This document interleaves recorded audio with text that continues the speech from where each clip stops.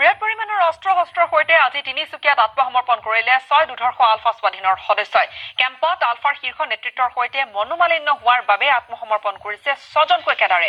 আত্মসমৰ্পণ কৰা কেডাৰসকল হৈছে প্ৰণৱ গগৈ ওৰফে শুক্লুং অসম, অপূৰ্ব মৰাণ ওৰফে মৃদু অসম, সত্যজিৎ মৰাণ ওৰফে মানৱ অসম, জিসু দলৈ ওৰফে চিয়াং অসম আৰু ঋতুৰাজ মৰাণ ওৰফে দুৰ্লভ অসম, লগতে আছে অভিজিৎ গোহাঁই ওৰফে অনুজ অসম। এই 6জন কেডাৰে আত্মসমৰ্পণ কৰিছে। বৃহৎ পৰিমাণৰ অস্ত্ৰ-শস্ত্ৰ জমা দিছে আৰক্ষীক।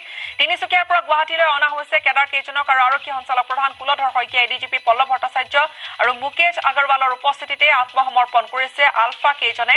জমা দিছে অস্ত্ৰৰ ভাণ্ডাৰ। জমা দিয়া অস্ত্ৰসমূহৰ ভিতৰত আছে ছফিষ্টিকেটেড বহুখিনি অস্ত্ৰ-শস্ত্ৰ, দুটাকৈ গ্ৰেনেড, 300 এজাই গুলি আছে, দুটা ৰাইফল, এটা AK-56 ৰাইফল আছে, এটা 8টাকৈ মেগজিন আছে আৰু লগতে বিস্ফোৰক সামগ্ৰী। এই অস্ত্ৰ ভাণ্ডাৰ জমা দিছে আত্মসমৰ্পণকাৰী এই 6জন আলফা কেডাৰে।